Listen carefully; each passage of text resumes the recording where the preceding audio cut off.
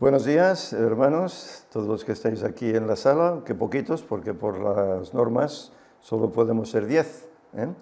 Pero bueno, estamos seguros que en el internet habrá muchos hermanos conectados que nos siguen desde diferentes partes del mundo. Y bien, en esta ocasión pues me ha tocado a mí tener el sermón. Ya será el último capítulo de Daniel 12. Yo diría que es tal vez el capítulo más bello, tal vez el más importante que se pueda encontrar, uno de los más importantes que se pueda encontrar en él. Y después de esto, bueno, veremos, el Señor dirá qué vamos a hacer. De momento vamos a presentar este libro, este capítulo. Vamos a orar, si os parece.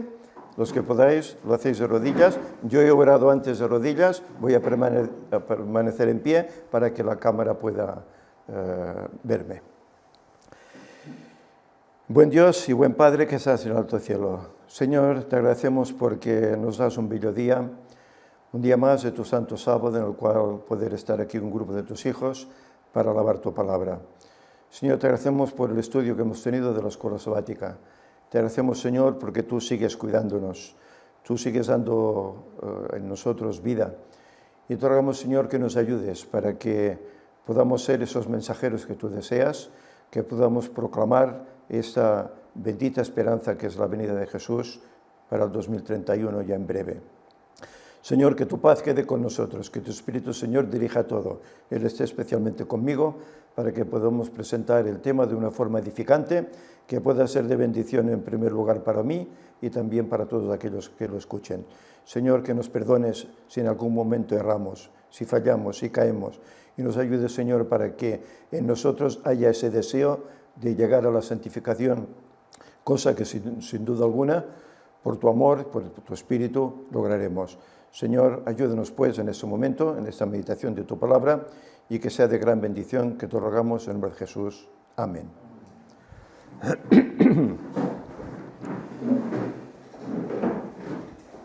Muy bien, pues tal como decíamos, hoy vamos a concluir el estudio que hemos tenido de Daniel durante no sé cuántos meses, y concluiremos pues con el último capítulo en el cual, bueno, se encierran la esperanza sobre todo del cristiano, porque este capítulo empieza de una forma sublime. Pero antes de iniciar este capítulo vamos a ver aquí unas citas de Ellen White referente a este libro y también a otro. Ella en los eventos de los últimos días, en la página 15, dice: leamos y estudiemos el capítulo 12 de Daniel. Es una advertencia que todos necesitaremos comprender antes del tiempo del fin. Es decir, ella nos muestra la importancia del estudio de este libro profético de Daniel, un libro que, como sabemos, fue sellado hasta un cierto momento de la historia, ¿verdad?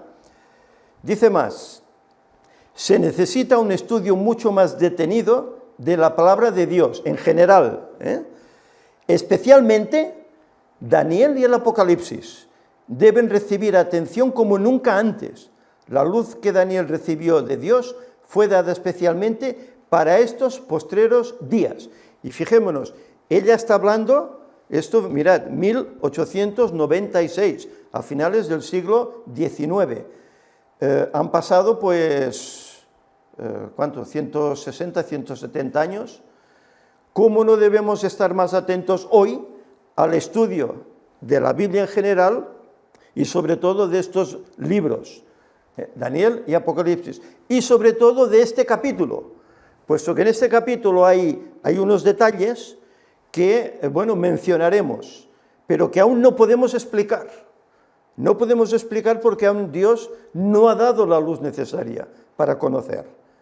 Sabemos que la Iglesia Adventista ya ha dado pues una explicación a eso, pero hay algo más que esa explicación, pero ese algo más el Señor aún no lo ha mostrado. Recordemos que la luz que el Señor da es progresiva, y Él a través del tiempo va dando la luz necesaria para la época y para las personas que la viven. Y ahora, como estamos llegando ya al final de esos 6.000 años, pues el Señor está dando más luz. La prueba está este ministerio. Aquí estamos predicando cosas que en ningún otro lugar oímos que se prediquen. Y es porque el Señor ha levantado este ministerio, ha levantado un tercer Elías para que dé un último mensaje al mundo. Pero aún no ha dado toda la luz necesaria. Aún hay cosas que están escondidas. Pero el Señor las revelará en su momento determinado. Daniel 11:45 lo terminamos de esta manera. Y plantará las tiendas de su palacio entre los mares del monte glorioso y santo, mas llegará a su fin y no tendrá quien le ayude. ¿De quién hablaba aquí este pasaje? Hablaba de aquel rey del norte, ¿verdad? Que plantaría esas tiendas ¿en dónde? En el monte glorioso y santo. ¿Dónde está ese monte glorioso y santo? ¿En Estados Unidos, como muchos dicen, como tierra gloriosa? No, está en Jerusalén, en la tierra santa de toda la Escritura, ¿verdad? Y concretamente en un monte que hoy hay una ermita, una mezquita. Y bueno, no sé qué pasará, pero la cuestión es que, según la profecía bíblica, allí tiene que levantarse un tercer templo. Y un personaje tiene que ir allí a reinar. Y ese personaje sabemos cómo será: el Papa. Dejará Roma, como hizo en tiempo atrás, dejó Roma para ir a Constantinopla, pues ahora dejará Roma para ir a Jerusalén. Pero allí no estará solo. Él quiere ir allí porque quiere esperar a alguien, del cual ya también hablaremos. Daniel 12:1 empieza de esta forma, y empieza de una forma sublime. Es decir, plantará las tiendas en su palacio entre los montes glorioso y santo, y llegará a su fin, no tendrá quien le ayude. ¿Por qué? Sigue comenzando el capítulo 12, recordemos, capítulos 10, 11 y 12 son secuencias continuadas. Son continuadas. Por lo tanto, terminamos el 11 diciendo que el rey del norte planta sus tiendas allá, en Tierra Santa, pero ahora viene el capítulo 12. Y nos dice el versículo 1, en aquel tiempo en el cual él plantará sus tiendas, en aquel tiempo, ¿qué sucederá? Se levantará Miguel, el gran príncipe que está de parte de los hijos de tu pueblo, y será tiempo de angustia cual nunca fue desde que hubo gente hasta entonces. Pero en aquel tiempo será libertado tu pueblo, todos los que se hallen escritos en el libro. ¿En qué libro? En el libro de la vida. Y ahora vamos a ver qué es lo que nos dice el hermano Urias Smith respecto a estos pasajes. Pensemos que él no tenía toda esa luz que estábamos hablando, que el Señor ha ido dando, no la tenía toda. Y hay algunas cosas que tendremos que matizar. Dice así el hermano, dice en este versículo, me voy a poner estas gafas a ver si lo veo mejor, sí. En este versículo se especifica cierto lapso, no un año, un mes o día determinado, sino un tiempo definido por cierto suceso en el cual está relacionado aquel tiempo. ¿Qué tiempo? El tiempo al cual nos ha de llevar el versículo final del capítulo anterior, el 11. El tiempo en que el rey del norte plantará las tiendas de su palacio en el monte santo y glorioso. Cuando esto suceda, llegará su fin. Y entonces, según este versículo, hemos de esperar que se levantará Miguel, el gran príncipe. Esta es una nota personal. Urias Smith no tenía la luz que hoy Dios presenta. Por eso declara en el pasaje ni año, ni mes, ni día. Pero hoy sabemos que el levantamiento de Miguel será en la finalización de los 6.000 años. Él no hablaba de 6.000 años. No tenía esta luz. Pero nosotros sabemos hoy que Miguel se levantará a la finalización de los 6.000 años. Y debe referirse posiblemente al año 2030, que será el fin del tiempo de gracia, cuando se habrá terminado el tiempo de interceder por su pueblo y se preparará para venir a recoger a los suyos en otoño, en sábado y en 2031. Y esto lo enmarcamos y lo dejamos claro. ¿O es que la Biblia no lo dice? Bueno, no lo dice si no lo quieres ver.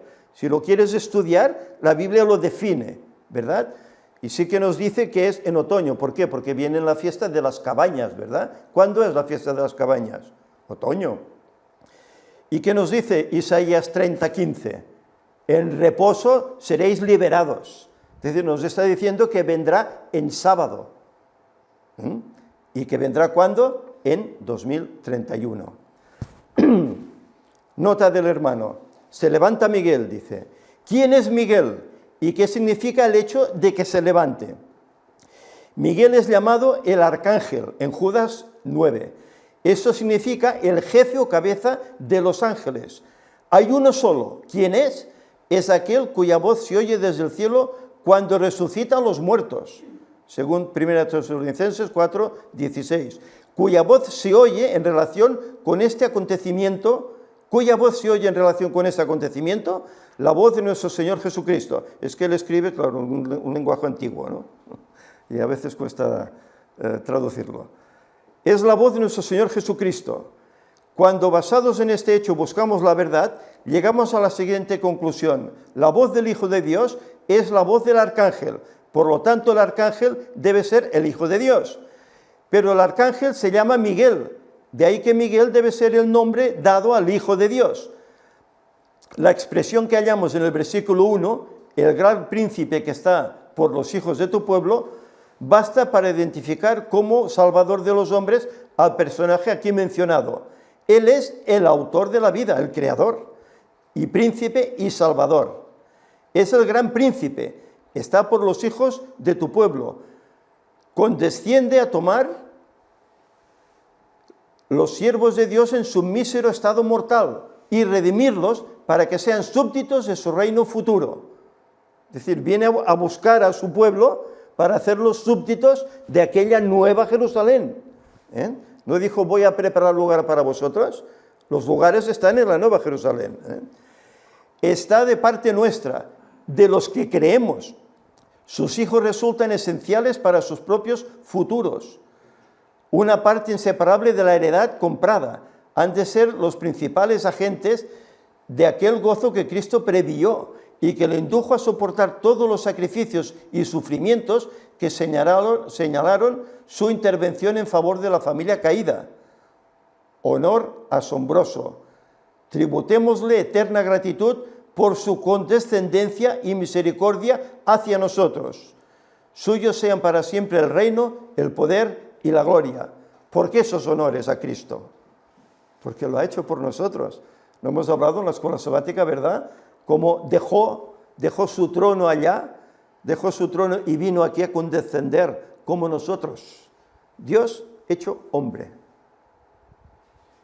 sin ese poder que tenía en el cielo, vino como hombre.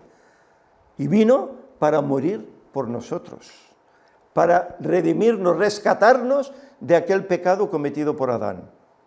Por eso dice, gloria a su nombre. Es que tenemos que rendirle gloria a su nombre, por fuerza. Llegamos ahora a la segunda pregunta. ¿Qué significa el acto de Miguel al levantarse? La clave para interpretar esta expresión la encontramos en estos pasajes. Dice, aún habrá 3 reyes en Persia. Levantárase luego un rey valiente, el cual se enseñoreará sobre gran dominio. Daniel 12, 2 y 3. No puede caber la menor duda en cuanto al significado de la expresión de estos casos. Significa asumir el reino, reinar. En el versículo que consideramos, esta expresión debe significar lo mismo.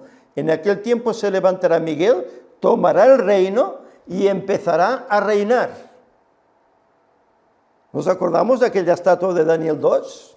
De aquella piedra que dice que cae a los pies de la estatua, la desmenuza y de ella se hace ¿qué? Un gran reino. Esa estatua, esa piedra, es Cristo. Cristo viene para reinar, para formar un reino que nunca jamás tendrá fin. Será por siempre, por toda la eternidad. Pero no está reinando Cristo ahora, nos dice el hermano aquí. ¿No está reinando Cristo ahora? Sí, asociado con su Padre en el trono del dominio universal. Pero renuncia a ese trono o reino cuando viene. Entonces empieza su reinado, presentando en el texto, cuando se levanta o se encarga de su propio reino, el trono prometido desde hace mucho a su padre David, y establece un dominio que no acabará. ¿No se dijo de él que era la raíz de David? Que era el linaje de David y que iba a reinar por siempre. Por eso el reino de David no iba a concluir, porque ¿quién lo iba a seguir? Cristo. Hoy no hay rey en Israel. Hay un lapsus, ¿verdad? Esto se detuvo. Pero el trono está ahí. Y el trono lo ocupará Cristo. Todos esos reyes eran figuras de él. Los reinos de este mundo llegarán a ser el reino de nuestro Señor y de su Cristo. Deja de lado sus vestiduras sacerdotales para ponerse el manto real. Habrá terminado la obra de misericordia y el tiempo de gracia concedido a la familia humana. Entonces, el que esté sucio no tendrá ya esperanza de ser purificado, y el santo ya no correrá peligro de caer. Todos los casos estarán decididos para siempre. Desde entonces en adelante, hasta que Cristo venga en las nubes de los cielos, las naciones serán quebrantadas como con vara de hierro y destrozadas como vaso de alfarero por un tiempo de angustia sin parangón. ¿Cuándo sucede esto? 2030, cuando finaliza el tiempo de gracia. Y durante un año este mundo sufrirá los azotes divinos. El que es justo seguirá siendo justo. El que es injusto seguirá siendo injusto. Ya nadie podrá cambiar. Por eso hay esos pasajes en la Escritura que dice, irán errantes de mar a mar buscando palabra de Dios y no la hallarán. Se está refiriendo a ese tiempo, a ese lapsus de ese año en el cual ya no podremos predicar la palabra. Ni nadie podrá cambiar ni de pensamiento ni de lado. El que es justo, justo, y el que no lo es, no lo será. Caerá sobre los hombres que han rechazado a Dios una serie de castigos divinos. Entonces aparecerá en el cielo el Señor Jesucristo en llama de fuego, para dar el pago a los que no conocieron a Dios, ni obedecen al Evangelio. Y aquí algunos pasajes que así lo muestran. Cuando el rey del norte plantará las tiendas de su palacio entre los mares sobre el monte glorioso y santo, entonces Miguel se levantará o recibirá de su padre el reino como preparativo para volver a esta tierra. O podría expresarse el asunto con estas palabras: entonces nuestro Señor cesa su obra como nuestro gran sumo sacerdote. Ya no tendrá que interceder más por nosotros como está haciendo hoy. Él empezó a interceder en 1844 y cesará en 2030, cuando comience ese tiempo de angustia, esas plagas a caer, ¿verdad? La gran profecía de los 2300 días nos indica con exactitud el comienzo de la división final de la obra que Cristo ha de realizar en el santuario celestial. El versículo que consideramos nos da indicaciones por las cuales podemos descubrir aproximadamente el tiempo en que terminará. Claro, él dice, podremos deducir aproximadamente, pero no sabía, porque no tenía salud. Nosotros sabemos que ese tiempo será 2030. Ahí finaliza todo. Luego hay ese año, el cual nos llevará hasta el 2031, que es al final de ese año cuando Cristo aparece. Él aparece en esa nube, que ya veremos, en esa nube en la cual subirán todos los redimidos, los vivos, 144.000, y los que hayan fallecido resucitados, y se irán con él, allá a Orión, al cielo de Dios, por 1000 años. El tiempo de angustia. En relación con el momento en que se levantará Miguel, se producirá un tiempo de angustia cual nunca hubo. ¿Hemos vivido tiempos de angustias en este mundo? Hoy estamos viviendo uno, ¿verdad? La gente está angustiada, el COVID. ¡Buah! COVID. Nos dispara, pero se está llevando vidas, ¿verdad? Pero hemos vivido grandes tiempos de angustia. Y sobre todo el pueblo de Dios los ha vivido. En Mateo 14:21 se nos habla de un periodo de tribulación cual nunca hubo ni habrá después. Esta tribulación que fue la opresión y persecución de la Iglesia por el poder papal, se halla ya en lo pasado, mientras que el tiempo de angustia de Daniel 12:1 está todavía en lo futuro. Esto lo escribe el hermano Urias Smith. Y esto lo escribe, ¿qué año era, Víctor? Más o menos 1850, poco más. Y él escribe, esto está en el futuro. Lo que hizo el Papa, esa persecución de 1260 años, eso queda en el pasado. Pero hay un tiempo de angustia, cual nunca ha vivido este mundo, dice, está en el futuro. Fijémonos que él lo dice, ¿eh? Y luego la Iglesia toma otra situación respecto a esto, ¿eh? Porque esta clausura la historia de este mundo, incluye las 7 postreras plagas de Apocalipsis 16 y culmina en la aparición del Señor Jesús, que viene en nubes de fuego a infligir la destrucción a sus enemigos. Pero de esta tribulación será librado todo aquel cuyo nombre se haya escrito en el libro de la vida, porque en el monte de Sión habrá salvación, como Jehová ha dicho, y en los que quedaren, a los cuales Jehová habrá librado, según la profecía de Joel 2:32. Es decir, aquel que haya obedecido a Dios, que haya escuchado este mensaje y todos los mensajes concernientes a la salvación y los haya obedecido, esa persona será llevada con Cristo. ¿Por qué? Porque habrá visto su condición pecadora, la ropa sucia, como Josué, ¿verdad? Que necesita un lavado, necesita un arrepentimiento, una conversión. Y el que esa persona eso haga, esa persona será salva, irá con Cristo al cielo. Mirad, os presento aquí una matutina, Maranatha, el Señor viene, que leí, no sé si fue esta semana o la anterior, creo que fue la anterior. Y es interesante, porque aquí nos habla acerca de este tiempo de angustia. Es una cita de Ellen White, en matutina. Los ángeles ven la señal de Dios, 23 de agosto. Bueno, creo que fue esta semana, ¿no? 23 de agosto.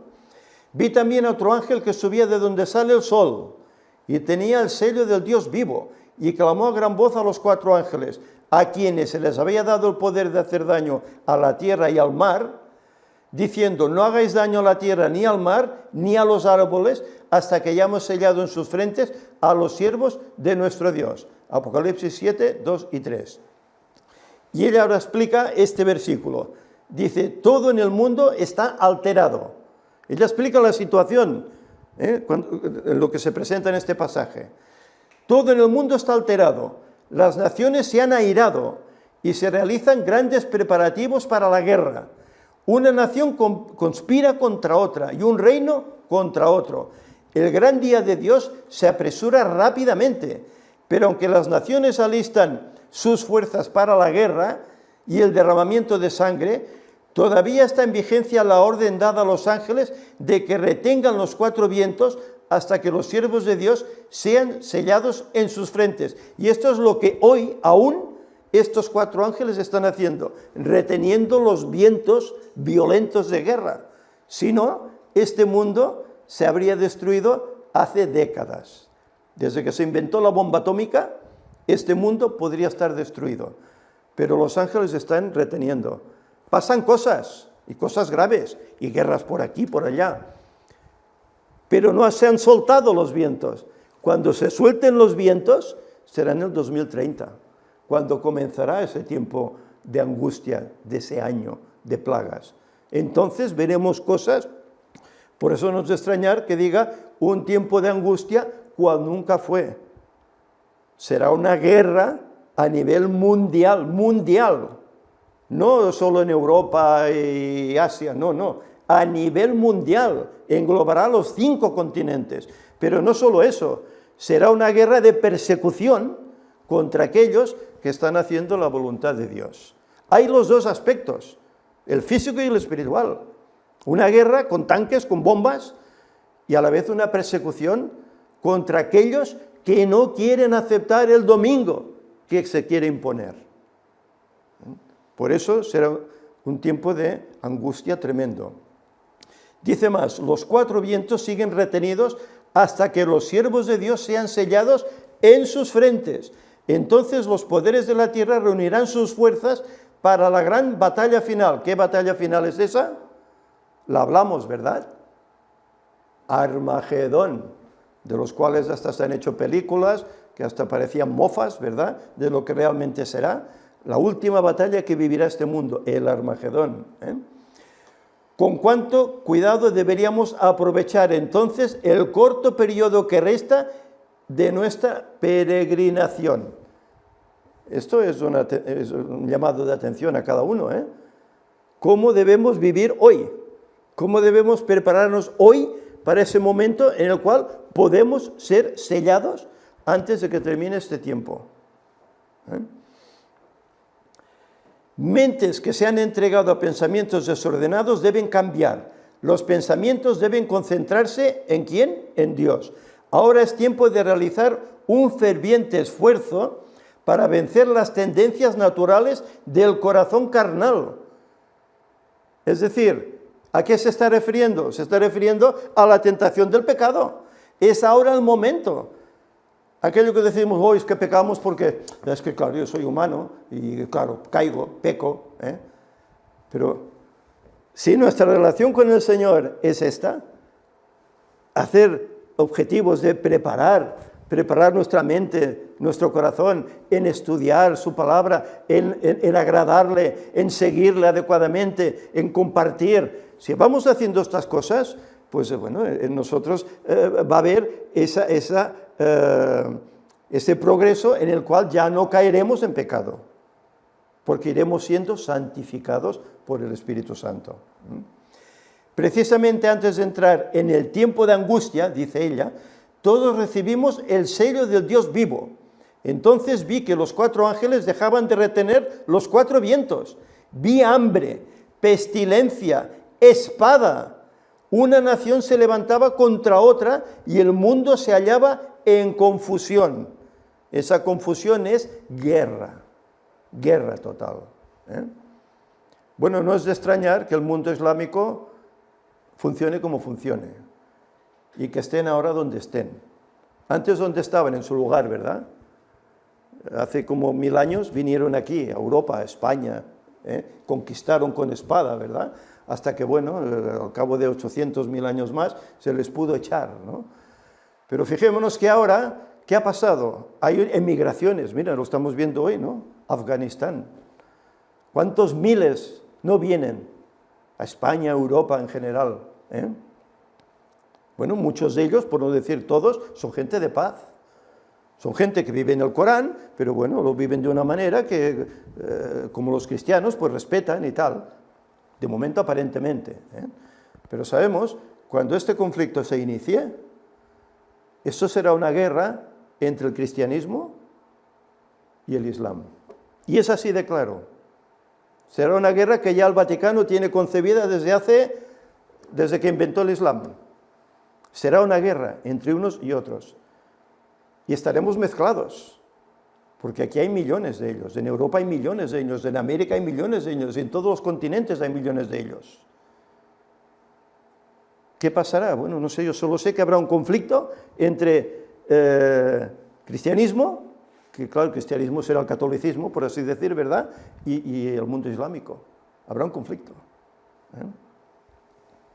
Esto es así.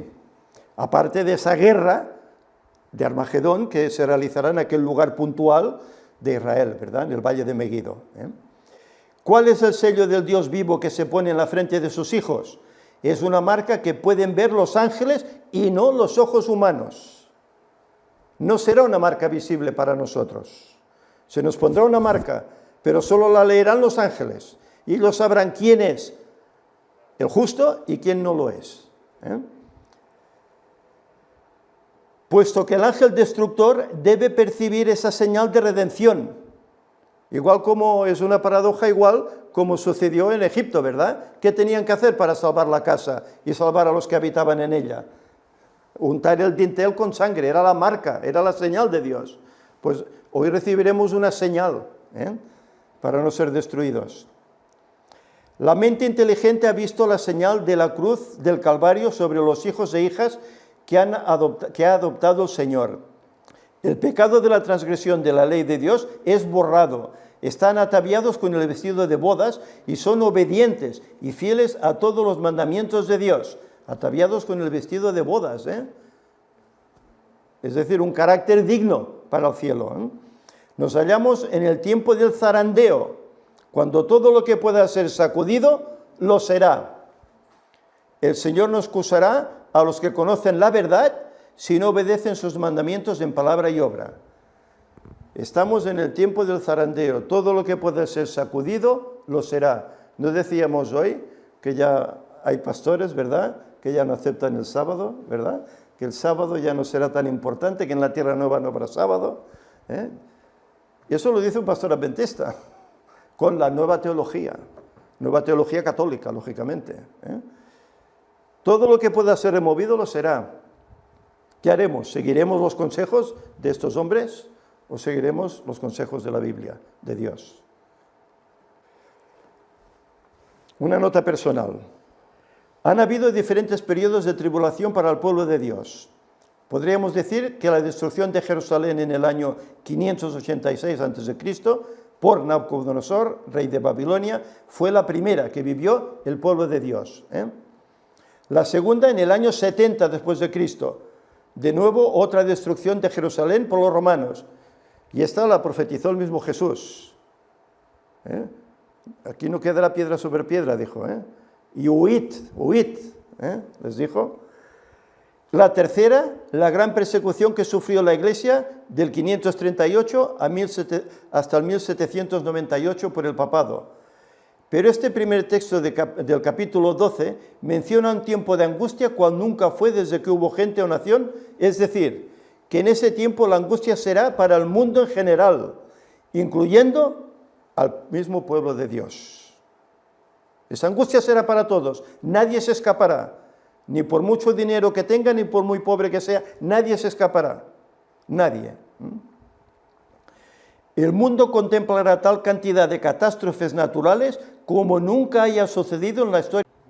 Aquellos 144.000. Porque se nos dice que si tan solo hay un pecado oculto que no hemos confesado, nos privará de la eternidad. Por eso habrá ese tiempo de angustia en cada uno de los salvos. ¿Habré confesado todos mis pecados? ¿O habrá alguno que no he querido confesar? No he querido desenmascarar ante el Señor, que Él ya lo conoce. Si hay alguno, eso evitará que yo pueda ser salvo. Por eso habrá ese tiempo de angustia. ¿Seré salvo? ¿No seré salvo? ¿Me habré arrepentido? ¿Habré declarado todo lo malo que he hecho? ¿No será un tiempo de, ¿cómo era la lección de la semana pasada? Depresión. No será un tiempo de estar deprimidos, pero será un tiempo de estar angustiados. ¿Qué será? ¿Qué será de mi vida? ¿Habré hecho la voluntad de Dios? ¿Seré acepto ante el Señor? ¿Me llevará con Él? Será un tiempo así, Versículo 2. Dice, muchos de los que duermen en el polvo de la tierra serán despertados, unos para vida eterna y otros para vergüenza y confusión perpetua. Y nos dice, este versículo revela la importancia que tiene el acto de Miguel al levantarse, o el comienzo del reinado de Cristo, porque en ese tiempo habrá una resurrección de los muertos. ¿Es esta la resurrección general que se produce cuando venga Cristo por segunda vez? No, no van a resucitar todos cuando Cristo venga. En la resurrección que se nos presenta en el versículo que consideramos, todos los justos y parte de los impíos resucitarán juntos. Son los que le traspasaron, según Apocalipsis 1:7. Los que duermen en Jesús saldrán entonces, pero el resto de los muertos no vivirán hasta pasados, ¿cuánto? Los 1000 años. Es decir, habrá una resurrección, sí, de todos los justos desde Adán y también de aquellos que, dice el texto, traspasaron a Cristo en aquella cruz. Los demás no. Versículo 3, los entendidos resplandecerán como el resplandor del firmamento, y los que enseñan la justicia a la multitud como las estrellas a perpetua eternidad. Los que enseñan resplandecerán como el firmamento. Esto se refiere, por supuesto, a los que enseñan la verdad y conducen a otros al conocimiento de ella. precisamente en el tiempo en que se han de cumplir los sucesos registrados en los versículos anteriores. De acuerdo con la manera en que el mundo calcula las pérdidas y las ganancias, cuesta algo enseñar la verdad en estos tiempos. Cuesta reputación, comodidad y a menudo propiedades.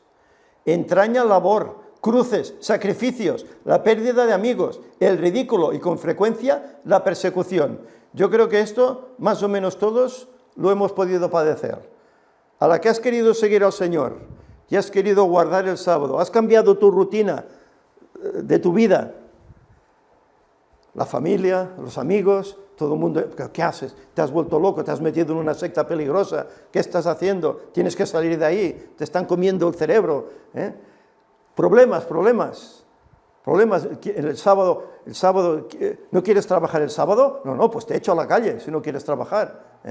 Todo eso ocurrirá. A menudo se hace la pregunta, ¿cómo podéis guardar el verdadero día de reposo y tal vez perder vuestro puesto de trabajo, ¿verdad? Reducir vuestros ingresos y hasta correr el riesgo de perder vuestros medios de sostén. ¡Oh, qué miopía! Hacer de la obediencia a lo que Dios requiere un asunto de consideración monetaria, dice el hermano. ¡Qué conducta diferente de la que siguieron los nobles mártires que no amaron su vida hasta la muerte! ¿Cuántos no dieron su vida hasta la muerte? ¿Cuántos no la dieron? Y no pensaron en lo que podían haber perdido o ganado. Cuando Dios da una orden, no podemos atrevernos a desobedecer. Si se nos pregunta, ¿cómo podéis guardar el sábado y cumplir estos deberes que significa obedecer a la verdad? Solo necesitamos preguntar en respuesta, ¿cómo podemos atrevernos a no hacerlo? Si el Señor da la orden, ¿cómo podemos atrevernos a no obedecer? Porque si no obedecemos, esto sí que es peligroso. ¿No dice el texto, temed a aquel que puede destruir vuestra alma en el infierno, ¿no? Allá en el lago de fuego? A ese hay que temer. Lo que nos puede hacer el hombre, claro, puede ser doloroso, pero eso no hay que temerlo, porque la vida, bueno, ya lo decía Salomón, ¿no? Todo es vanidad, la vida es un lapsus, somos vapor, pero después de esto, ¿qué vendrá? Viviremos aquí 70, 80, 90 años, tal vez los más favorecidos 100, 100 y algo, pero todos caeremos. Y todos han ido cayendo, ¿verdad? Pero después de esto, ¿qué viene? Viene la vida auténtica o la destrucción para siempre, depende de cada uno, haya hecho en su vida respecto a esta orden del Señor. En el día que se acerca, cuando pierdan la vida todos los que hayan procurado salvarla y los que le hayan estado dispuestos a arriesgarlo todo por amor a la verdad y a su divino Señor, reciban la gloriosa recompensa prometida en este pasaje y resuciten para resplandecer como el firmamento y como las estrellas para siempre, se verá quiénes habrán sido sabios y quienes por el contrario hicieron su elección a ciegas e insensatamente. ¿Tú crees? Estás loco, pero si Dios no existe. Hoy manda la ciencia y Dios ha muerto. Dios ya no existe. ¿Tú crees en eso? Estás tonto, tú estás tonto. Eso es lo que se oye continuamente, ¿verdad? Los impíos y los mundanos consideran ahora a los creyentes como insensatos y locos, y se lisonjean de tener una inteligencia superior al rehuir lo que llaman locura y evitar pérdidas. No necesitamos responderles, porque los que ahora toman esa decisión querrán pronto cambiarla, lo querrán con vehemencia, pero inútilmente, porque habrá terminado el tiempo ya de cambio. Así resplandecerán aquellos que conduzcan a muchos a la justicia, hasta infundirán gozo en el corazón del Redentor, y así transcurrirán sus años para siempre jamás. Versículo 4. Pero tú, Daniel, cierra las palabras y sella el libro hasta el tiempo del fin. Muchos correrán de aquí para allá, y la ciencia se aumentará. ¿Sabéis? No todo el libro de Daniel está sellado y cerrado. Había partes que estaban abiertas y partes que se han predicado siempre. Pero había partes que eran proféticas, que hasta que no llegó el tiempo del fin, en 1798, no comenzó a estudiarse y comenzó a interpretarse. Uno de ellos, Guillermo Miller, ¿verdad? Empezó a estudiar y comenzó a ir a unas predicaciones, etcétera, ¿verdad? Que llevaron a un movimiento en el mundo, sobre todo en Estados Unidos, otros aquí en Europa, tremendo, ¿verdad? Llegó un momento en que el libro fue abierto para que se pudiera entender. Muchos correrán de aquí para allá, la ciencia se aumentará. Y él habla acerca de estas cosas. Dice el libro de Daniel sellado. Las palabras y el libro de los cuales se habla aquí son sin duda las cosas que fueron reveladas a Daniel en esta profecía. Estas cosas habían de permanecer cerradas y selladas hasta el tiempo del fin. Es decir, que no iban a ser estudiadas en forma especial, ni siquiera mayormente comprendidas hasta ese tiempo. El tiempo del fin, como ya se ha demostrado, empezó en 1798. Como el libro había de quedar cerrado y sellado hasta ese tiempo, resulta claro que en aquel tiempo o desde ese punto el libro quedaría abierto. La gente estaría en mejor situación para comprenderlo y su atención sería atraída en forma especial por esta parte de la palabra inspirada, la profecía. La profecía es lo que movería a muchos a intentar estudiar el libro de la Biblia, ¿eh? Y en cambio hoy en la Iglesia se dice que la profecía sobra. Hoy se dice eso. La profecía, tendrían que estar arrancadas las páginas de la profecía. Sobra. Lo importante es que nos amemos unos a otros. Lo demás no importa. Fijémonos hasta dónde hemos llegado. Las profecías, especialmente las de Daniel, han sido examinadas por muchos estudiantes de este mundo, donde quiera que la civilización extendió su luz sobre la tierra. De manera que el resto del versículo, siendo una predicción de lo que iba a acontecer después que empezara el tiempo del fin, dice: pasarán muchos, muchos correrán de aquí para allá. Que este correr de aquí para allá se refiere al traslado de la gente de un lugar a otro y a los grandes progresos que se han hecho en los medios de transporte y de locomoción durante los siglos XIX y XX, sobre todo, o que signifique, como lo entienden algunos, que correrían las profecías, que recorrerían las profecías, es decir, que se escudriñaría con diligencia y fervor la verdad profética. Lo cierto es que nuestros ojos contemplan ese cumplimiento, tanto una cosa como otra, ¿verdad? Aumento del conocimiento, multiplicarse la ciencia. Y él dice que esto debe referirse al aumento del conocimiento general, el desarrollo de las artes y la ciencia, a un aumento del conocimiento relativo a las cosas reveladas a Daniel, que había de quedar cerradas y selladas hasta el tiempo del fin. Aquí nuevamente, cualquiera que sea la aplicación que demos, el cumplimiento es muy noble y completo. No falla, ¿eh? Y aquí, bueno, os pongo una serie de inventos, de cómo la ciencia se ha ido multiplicando. Aquí hablamos del siglo XVIII, se construyó el piano, el termómetro de agua, la máquina de vapor, termómetro de mercurio, el pararrayos, etc. El siglo XIX, la radiación ultravioleta, la teoría atómica ya comenzó, el barco de vapor, fotografía, etc. Máquina de coser, termostato, refrigerador, bueno, todo esto lo podéis luego ver en casa si queréis, ¿verdad? Por no leerlo todo. El ascensor, la batería recargable, el motor de combustión, máquina de escribir, motor de gasolina. Todo esto son inventos que se han ido haciendo desde esa época que se abrió este libro para acá. El automóvil, la bicicleta, la motocicleta, las lentes de contacto, la cámara fotográfica, ondas de radio, submarino. Todo eso son inventos que se han ido haciendo en el siglo XX, cosas cotidianas para nosotros, lavadora, aspiradora, tractor, las bombillas, computadoras, televisión, fax. Se ha ido disparando la tecnología, la ciencia, ¿verdad? Y ya en el siglo XXI, corazón artificial, hígados artificiales, a los cuales se les pone a personas, ¿verdad? De productores de música como el iPad, esos aparatejos eléctricos, que se ven tantos, ahora patinetes eléctricos, cosa impensable hace unos pocos años, ¿verdad? Bicicleta eléctrica, etcétera, etcétera. Todo esto ha ido sucediendo. Robótica, hoy estamos en el mundo de la robotización, ¿verdad? Se están haciendo robots ya para que hagan los trabajos que hacen los humanos, ¿verdad?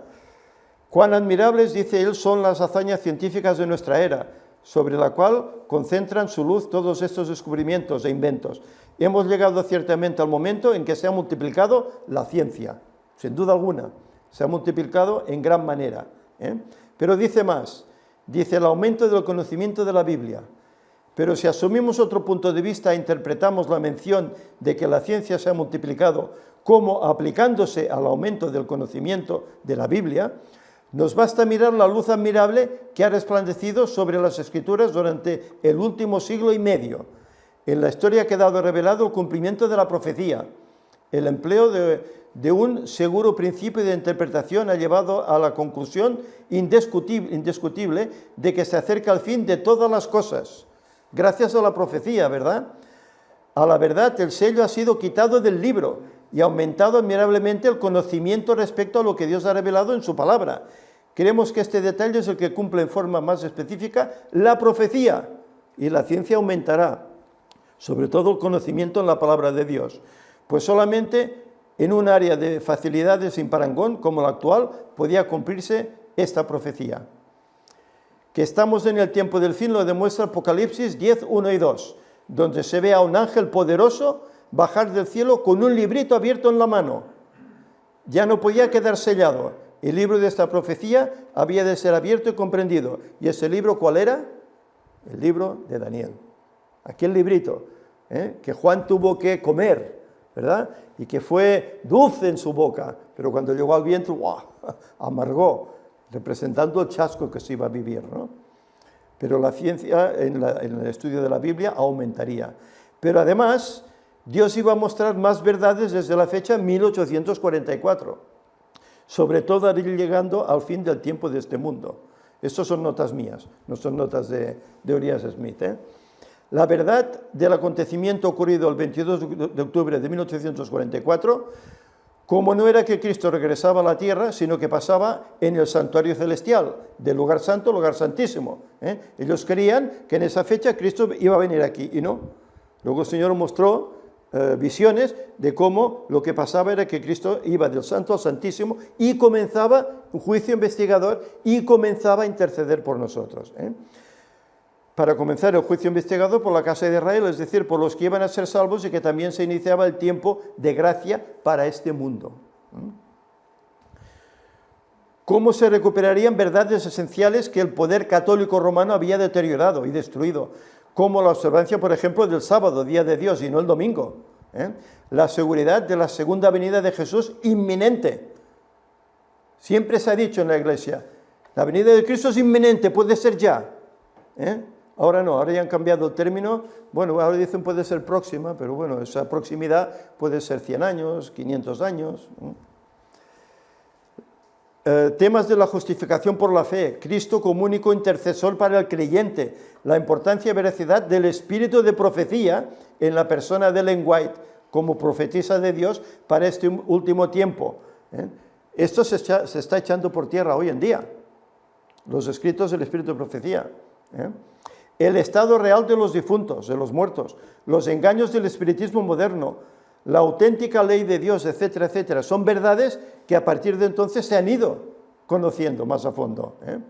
Y en estos tiempos modernos que vivimos, el Señor está mostrando verdades esenciales para hoy, para operar una mejor preparación del creyente ante los últimos acontecimientos que le quedan por vivir al mundo.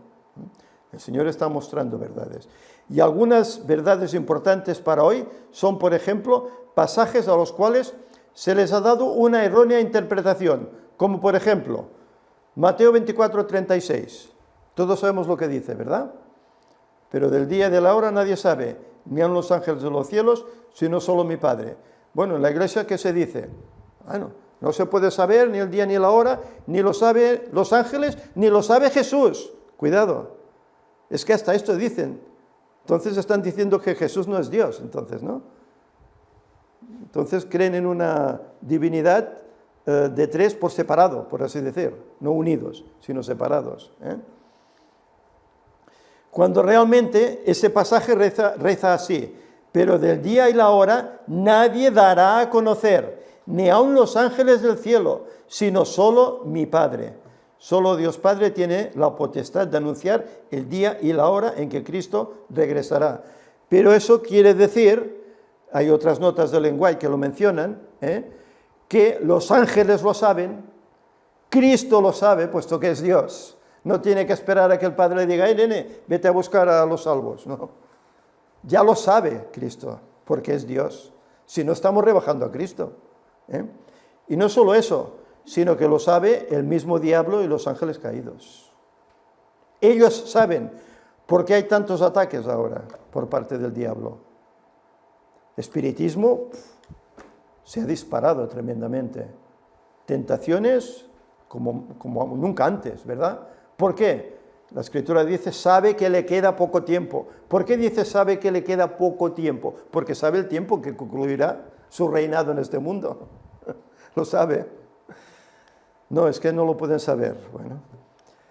Pasajes como Génesis 1.1, en su original hebreo, que especifica exactamente el contenido del texto, para interpretarlo correctamente y descifrar el tiempo que de este mundo desde la creación hasta el regreso de Cristo. Bueno, y esta diapositiva la he presentado no sé cuántas veces, ¿verdad? Génesis 1.1, en su original hebreo, ¿verdad?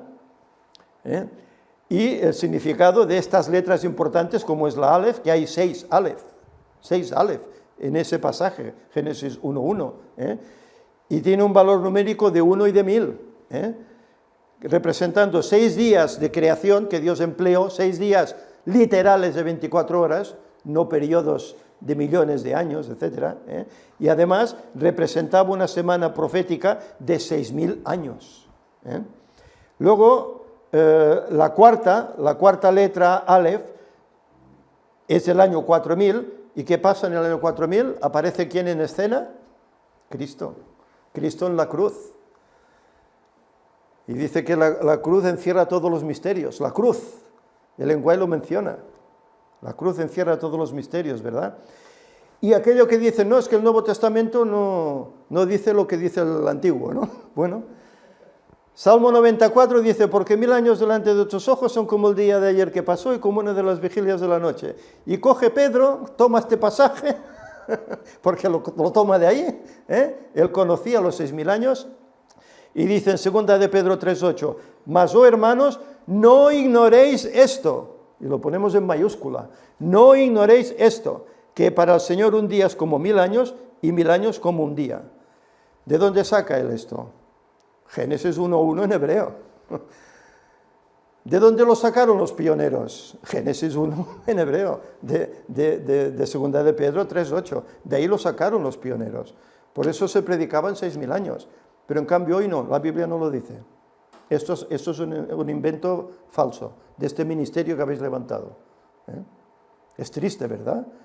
En vez de hacer como los bereanos, procurar ver si estas cosas son así, no, es falso. No hace falta ni mirarlo. Yo esta semana, como decían las escuelas sabáticas, tuve una conversación con un hermano que, bueno, está colgando artículos muy importantes en internet, sencillos, y le comenté estas cosas. No, esto es imposible. La Biblia no lo dice.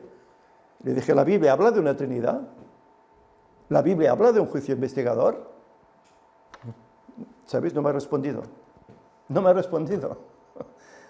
Pues igual como se interpreta que hay un juicio investigador y que hay una Trinidad, también se interpreta que el mundo son 6000 años.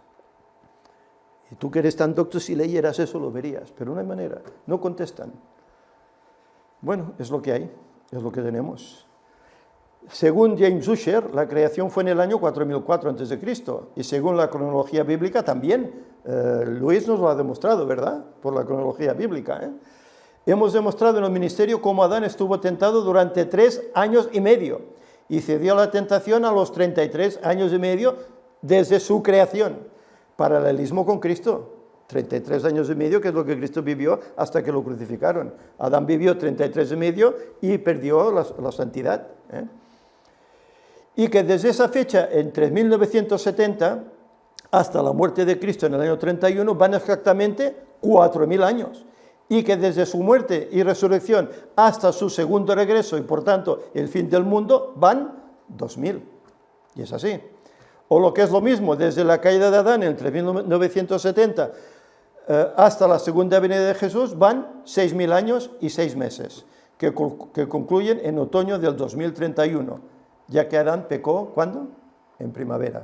Hay un gráfico que el hermano Ángel hizo muy acertadamente, sobre todo eso. Os invito a que lo veáis. Por tanto, esta verdad que Dios está mostrando hoy para el mundo relacionada con el mensaje del cuarto ángel, mensaje que no se cree en la Iglesia, dice, no es que no hay un cuarto ángel, solo hay 3. Dice Apocalipsis 18, dice otro ángel, aparte de los 3, otro ángel, que es el cuarto. No, eso no existe. El mensaje del cuarto ángel sobre los 6.000 años del 2031 es rechazada por el llamado pueblo de Dios. Y esta forma parte del aumento del conocimiento bíblico para este último tiempo, así como también el comienzo del juicio de los vivos en septiembre del 2001, como hemos demostrado también en el ministerio. El trabajo papal para lograr la unidad de religiones por medio del ecumenismo, actividad que la Iglesia Adventista como posible pueblo de Dios está aceptando. Está participando en ese ecumenismo.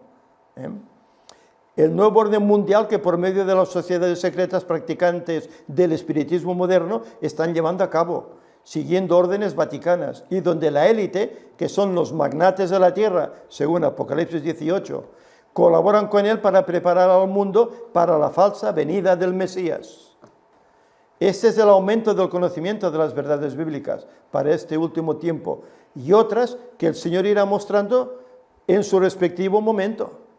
No nos ha dado aún toda la verdad, todo lo que tiene aún que acontecer. Estas son verdades que están ahí, pero la Iglesia Adventista no quiere verlas.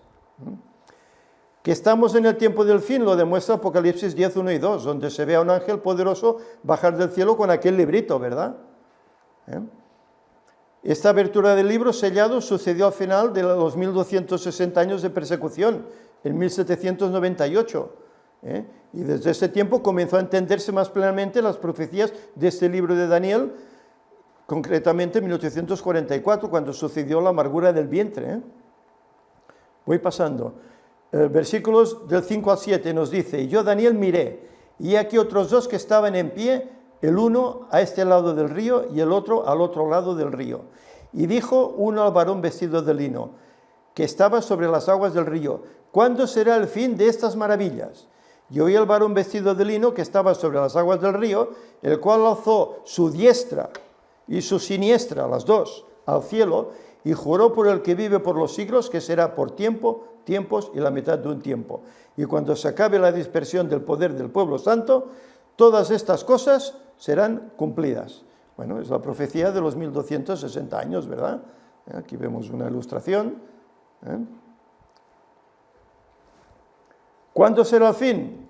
La pregunta, ¿cuándo será el fin de estas maravillas? Se refiere indudablemente a todo lo que ha mencionado antes, inclusive el levantamiento del mismo Miguel, el tiempo de angustia, la liberación del pueblo de Dios y la resurrección especial del versículo 2.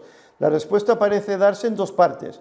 Primero se señala un periodo profético específico y luego sigue un periodo indefinido que ha de transcurrir antes de que se llegue a la terminación de todas las cosas, así como lo encontramos en Daniel 8, 13, 14, cuando se preguntó ¿hasta cuándo durará la visión que pone el santuario y el ejército para ser hollados? Y la respuesta mencionó un periodo definido de 2300 días, seguido por un periodo indefinido que abarcaría la purificación del santuario. Asimismo, en el texto que consideramos se nos indica el periodo de un tiempo, tiempos y la mitad de un tiempo, o sea, 1260 años. Y luego un periodo indefinido durante el cual iba a continuar la destrucción del poder del pueblo santo antes de la consumación. Bueno, más que periodo indefinido, yo creo que ya queda bastante definido, ¿no? Porque habrá una persecución, sabemos, y esa persecución, pues, bueno, comenzará pues 3 años y medio antes del 2031, es paralelo a la persecución que recibió Elías, ¿verdad? Y el último año, pues bueno, ya no morirá nadie, ningún creyente, pero sí que continuará esa persecución y ese orden de muerte contra el pueblo de Dios. Bueno, aquí sigue hablando del poder de 1260 años, de la supremacía papal, ¿verdad? Persiguiendo al pueblo de Dios. Bueno, esto más o menos nos muestra lo mismo también. Lo voy pasando. Aquí os pongo esta diapositiva. Un tiempo, ya dijimos, es un año, tiempo significa 2 años, medio tiempo significa medio año. Por lo tanto, son los 3 años y medio, que equivalen a 42 meses y también a 1260 días de persecución papal. Que esto lo hemos vivido, esto lo vivió la historia de este mundo, ¿verdad? ¿Hasta cuándo durará la visión que pone el santuario y el ejército para ser hollados? Hasta 2300 días, hasta 1844 era. Voy pasando rápido porque el tiempo transcurre y luego en casa podéis repasar, tal vez cuando sea colgado. Y yo oí, mas no entendí, dice el pasaje, versículo 8 al 10. Y dije, Señor mío, ¿cuál será el fin de estas cosas? Él respondió, anda, Daniel, pues estas palabras están cerradas y selladas hasta el tiempo del fin. Muchos serán limpios, emblanquecidos y purificados. Los impíos procederán impíamente, ninguno de los impíos entenderá, pero los entendidos comprenderán. ¿Quiénes comprenderán todos esos sucesos futuros?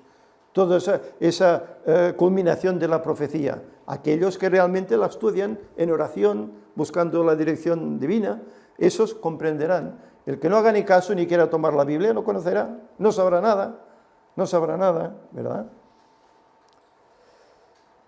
Una ilustración más. Aquí se nos habla nuevamente de lo mismo, ¿verdad? Este tiempo en el cual el libro iba a ser ya abierto.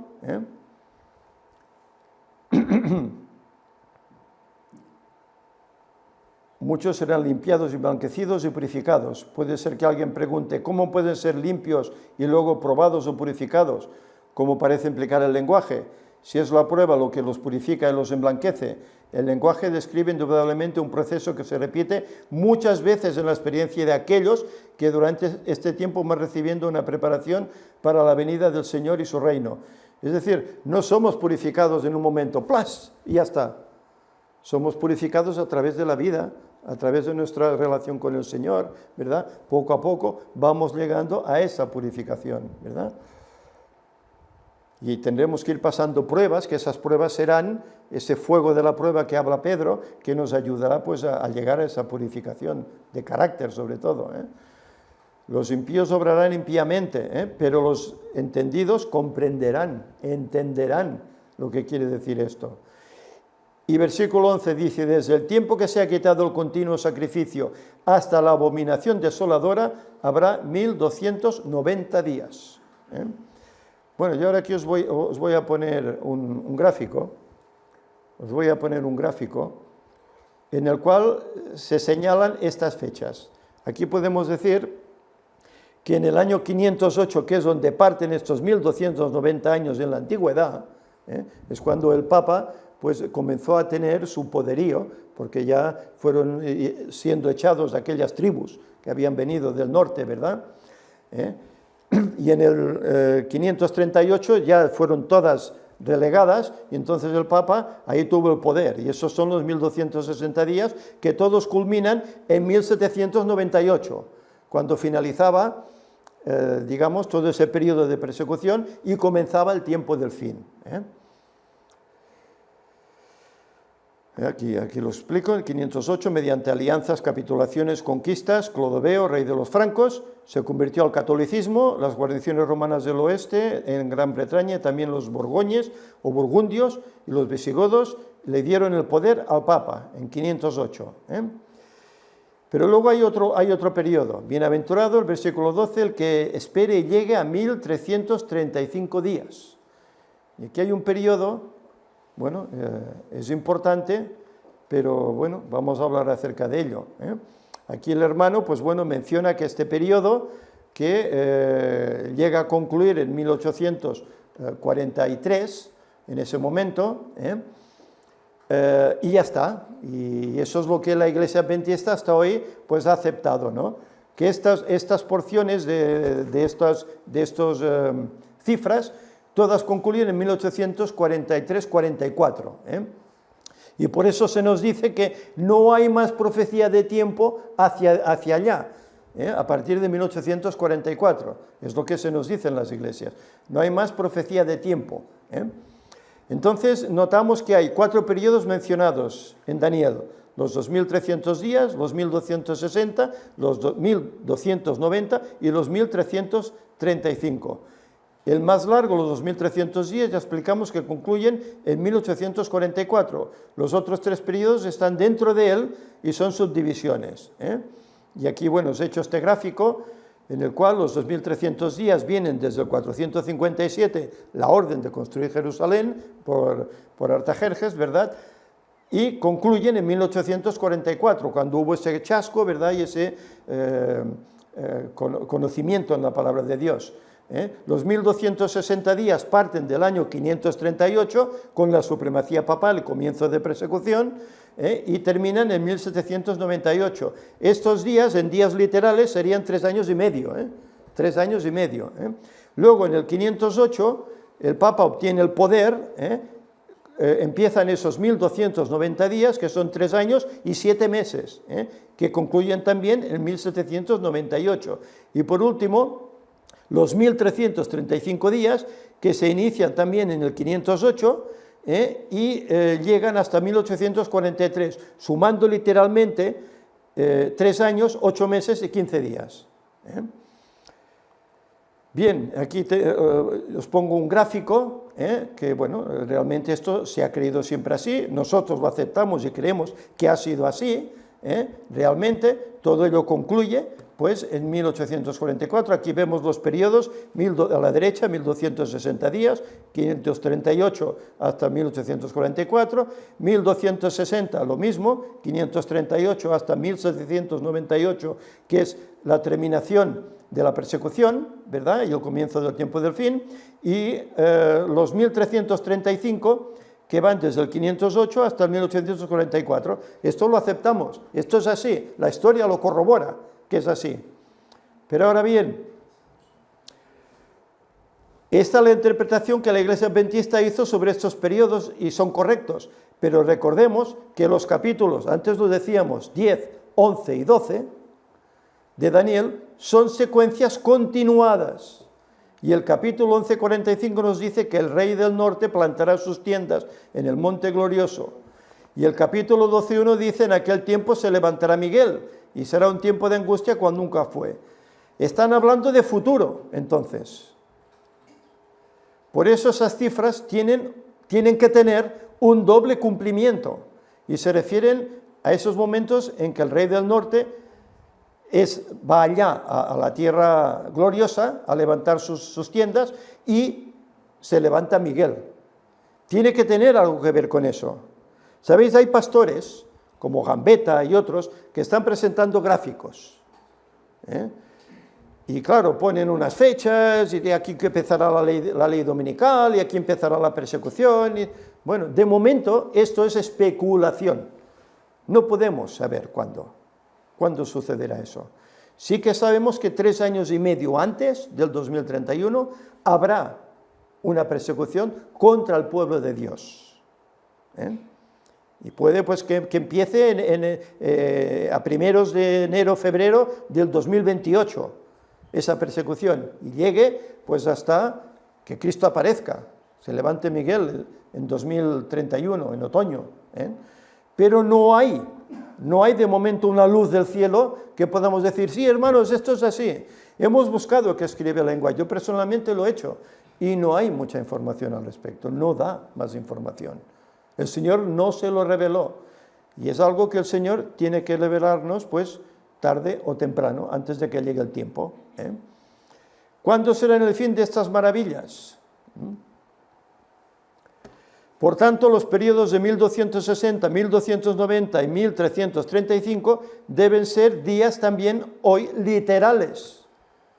Esos periodos de 3 años y medio, de 3 años y 7 meses, de 3 años, 8 meses y 15 días. Tiene que ser literal, que deben indicar el levantamiento de Miguel. Ahora bien, ¿llegarán hasta el otoño del 2030, cuando Miguel deja de interceder y se prepara para venir a buscar a su pueblo?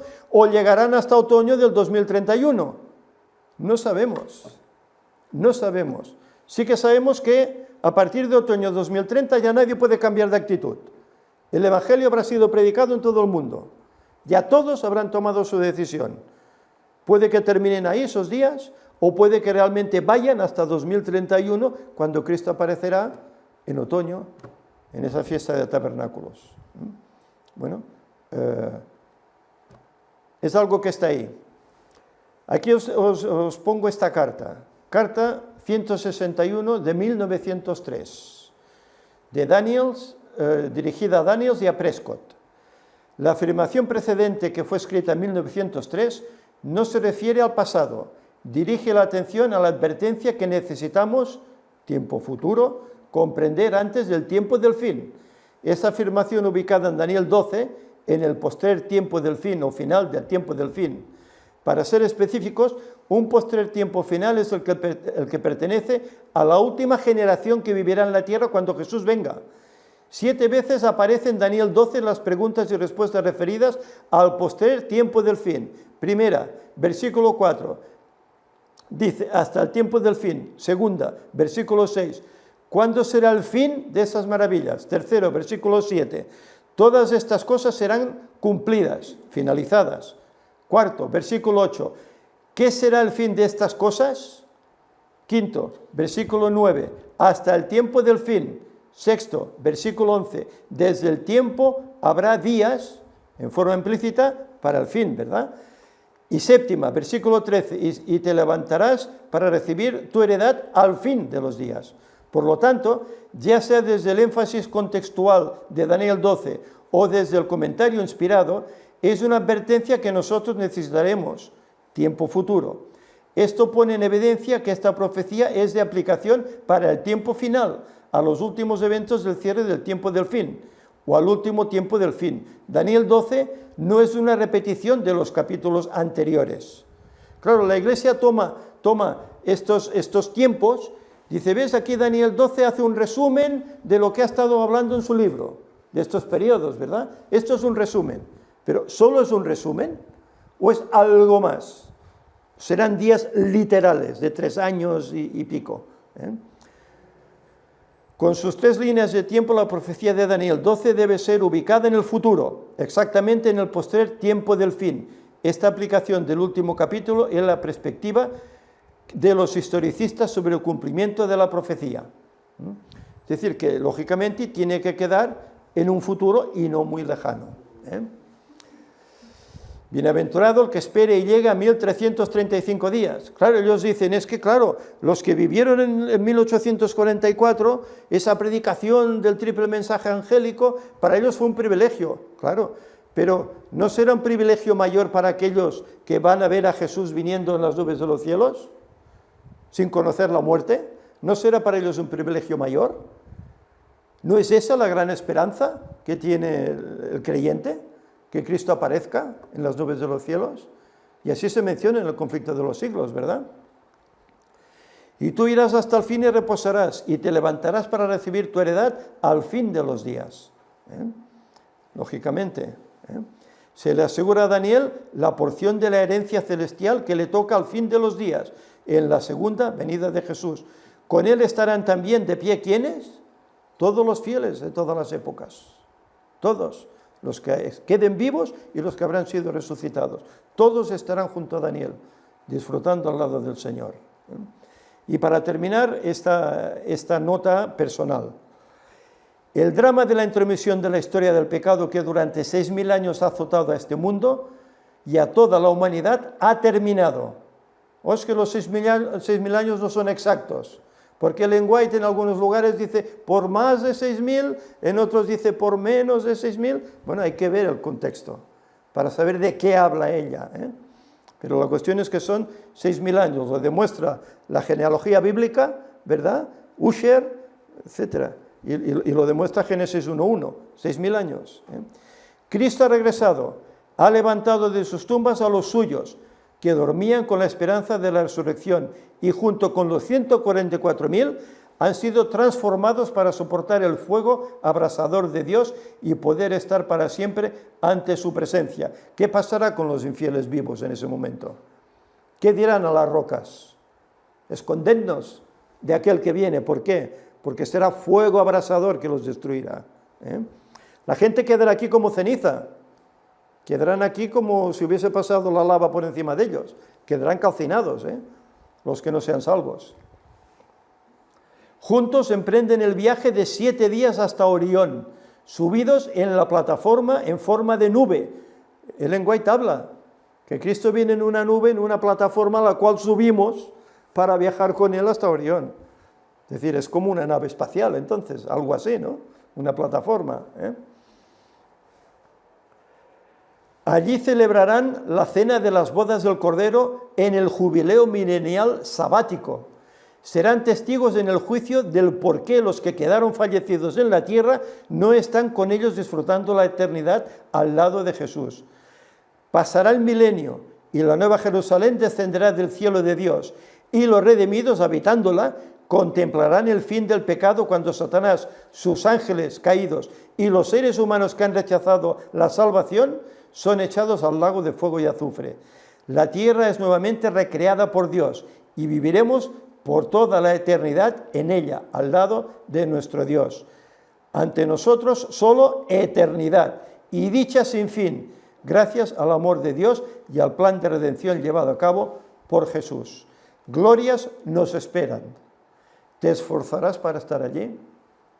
¿Vale la pena esforzarse para estar allí y vivir eternamente, no en vanidad, como escribía Salomón, sino vivir gozosos día a día?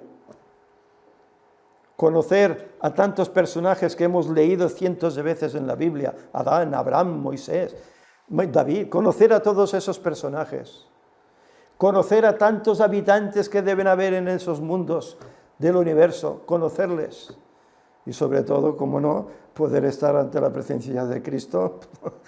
Eso tiene que ser ya el no va más. Pero por un mal comportamiento aquí, por no arrepentirnos de nuestros pecados, por no aceptar este ofrecimiento gratuito que Dios nos da, ¿vamos a perderlo? Por vivir 70, 80, 90 años, sí, me habré hecho una buena casa, tendré un buen coche, tendré dinero en el banco, pero me moriré, eso no me lo voy a llevar. Y si no he hecho la voluntad de Dios, eso me habrá condenado y habré perdido la eternidad. ¿Vale la pena entonces vivir para este mundo o vivir en este mundo para prepararnos para el que vendrá luego? Bueno, cada uno de nosotros tenemos que decidir en eso, ¿verdad? Pero tal como decíamos antes, dice, ya no habrá sábado. Bueno, Isaías es muy claro. Isaías 66, 23 dice, y será que de mes en mes y de sábado en sábado iremos todos a adorar ante el Señor. Aún en la eternidad. Ese sábado es eterno. Nació en la creación, pero durará por toda la eternidad. Y hoy que se diga en la misma iglesia, ¿no es que ya no habrá sábado? Bueno, pues no sé, ¿para qué queréis ir? ¿Ya para qué queréis ir si vais rechazando las cosas celestiales? ¿Para qué queréis ir? Que el Señor nos ayude. Hasta aquí hemos llegado pues con Daniel, todo el estudio de Daniel y con este capítulo 12. Esperemos pues que haya podido ser de bendición para todos aquellos que lo han podido seguir y que sin duda alguna veamos pues que este mundo es pasajero y que lo que nos espera realmente viene de aquí 10 años. Tal vez para algunos antes, porque si vamos al descanso, llegará antes. Pero que seamos fieles. De una manera o de otra, que seamos fieles y podamos estar allí. Es mi deseo para todos. Amén. Vamos a concluir con una oración.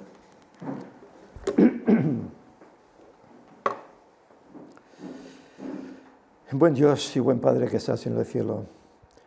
Señor, te agradecemos porque tanto en tu palabra como en los escritos inspirados de la hermana Ellen White, el espíritu de profecía, tú nos has dejado las directrices suficientes para conocer el camino y andar por él. Señor, te rogamos que nos ayudes para que este mundo no nos tiente, no nos distraiga con sus cosas, que pensemos, Señor, que esta vida realmente es de paso, que es una vida de preparación para la vida auténtica que vendrá luego. Una vida que están viviendo tantos seres, ángeles y tantos seres criados en otros mundos. Queremos, Señor, conocerles. Queremos conocer a aquel ángel de la guarda que cada uno de nosotros tiene. Queremos conocer a Jesús, estar con Él, ver esas señales de lo que tuvo que hacer por nosotros. Ayúdanos, pues, Señor, para que tomemos el tiempo necesario para investigar tu palabra, para conocer esas verdades que tú estás dando y las que faltan por dar, que sabemos que lo harás también, para que tu pueblo tenga una fe firme. Señor, ayúdanos pues que esa fe se mantenga hasta el final y que nada, ni la muerte ni la amenaza, Señor, pueda desviarnos de esa esperanza de poder estar contigo.